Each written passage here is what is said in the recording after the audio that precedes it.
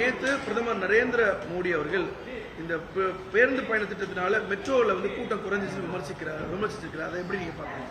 அதாவது பொய் சொல்வதில் அண்ணாமலை மிஞ்சி விடுவார் மோடி. காரணம் நித்தம் ஒருவர் பொய் சொல்வது என்று முடிவெடுத்து விட்டு தோல்வி பயத்தின் காரணமாக இப்படி பேசிக் கொண்டிருக்கிறார். ஒவ்வொரு ஊரில் போய் ஒரு புழுவை அவுத்து விட்டு விடுகிறார். அதாவது மெட்ரோ ஸ்கீமை பற்றி பேசுகிற லோக்கல் ஸ்டாண்டியே மோடி கிடையாது. காரணம் என்னன்னு கேட்டால் இந்த மெட்ரோ திட்டத்திற்கு ஏறத்தாழ 63,000 கோடி ரூபாய் இன்னும் மத்திய சர்க்காரிலிருந்து தர வேண்டும் என்று எல்லோருக்கும் தெரியும். ஆனால் அதில் சல்லி காசு கூட கொடுக்காமல் அதை பற்றி பேசுகிறார். மோடி அவர்கள் பேசுவது எவ்வளவு பச்சை பொய் என்பதை இன்றைக்கு தமிழக முதலமைச்சர் அவர்களே அதுக்கு பதில் சொல்லியிருக்கிறார். இப்போது நாங்கள் இந்த விடியற் பயணம் அதாவது கட்டணம் இல்லா பேருந்து மகளிருக்கு வழங்கியதற்கு பின்னால் மெட்ரோ ட்ரெயினுடைய இது குறைஞ்சிச்சுன்னு சொல்ற அதே பொய். 3 மடங்கு உயர்ந்திருக்கு. ஏறத்தாழ 3 கோடி பேர் போனவர்கள் இப்போ 9 கோடி பேர் வரும். ஆக எந்த ஸ்டாட்டிஸ்டிக்ஸும் பார்க்கறது இல்லை. வாய்க்கு வந்தது கண்டபடி பேசுவது என்று ஒரு பிரதமர் பேசுவது கழகல்ல. இதுவரையிலே எத்தனையோ பிரதமர் இருந்திருக்கார்கள். எந்த பிரதமரும் இப்படி பேசியதாக வரலாறு கிடையாது. ஆனால் இவர் வந்து நாளாந்திர பேச்சாளர் போல் பேசுகிறார். அதே போல வந்து இவர்கள் ஆட்சிக்கு வந்தால் ராமர் கோயிலை இடித்து விடுவார்கள் என்று பேசுகிறார். அதாவது இடித்ததே ராமர் கோயில் இவர் தான். இப்போ ஒரு பழமொழி சொல்லுவாங்க, படிப்பது ராமாயணம், இடிப்பது ராமர் கோயில். அது வந்து மோடிக்கு தான் பொருந்தும். காரணம் அயோத்தியில் இந்த கோயில் கட்டுவதற்கு முன்பாக 30 ராமர் கோயில்களை இடித்திருக்கிறார். இதற்கு மட்டும் மோடி சார்ந்தவர்கள் கட்சியை சொல்லட்டும்.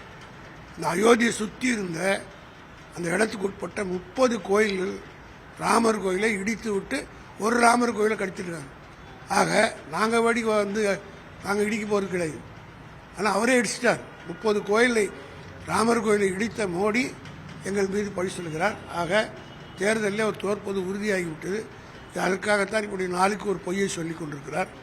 இதை தமிழ்நாட்டு மக்கள் மத்தியில் இங்கே வந்து ஒரு பொய்யை சொன்னார். அது புறக்கணித்து விட்டார்கள். ஊருக்கு போய் ஒரு பொய் சொல்லுகிற முடிவு எடுத்தார். இந்த திட்டத்தை பொறுத்து முதலமைச்சர் பதவியேற்ற அன்னைக்கு இதை கையெழுத்து போட்டு முதல் கையெழுத்தாக தான் போட்டார். பாப்புலர் ஸ்கீம் இதை பேஸ் பண்ணி மற்ற மாநிலங்களில் இதை கொண்டு வந்து இன்னைக்கு சக்சஸா இன்னைக்கு எளிய மக்கள் இதை பார்த்து பொறாமைப்படுகிறார்.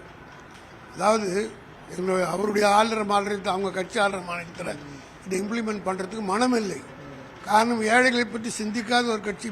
அது அம்பானி அதானி இவர்களை பற்றி தான் மோடிக்கு கனவுல வருபவர்கள்.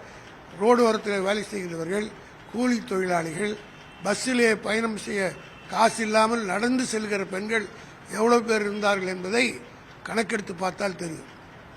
அதாவது ஒரு குறிப்பிட்ட டிஸ்டன்ஸ் வரலாம் நடந்தே போயிடலான்னு போற தாய்மார்கள் எத்தனையோ பேர் சென்னையில் இருந்தார்கள். சென்னை மட்டும் தமிழ்நாடு பூரா இருந்தாங்க.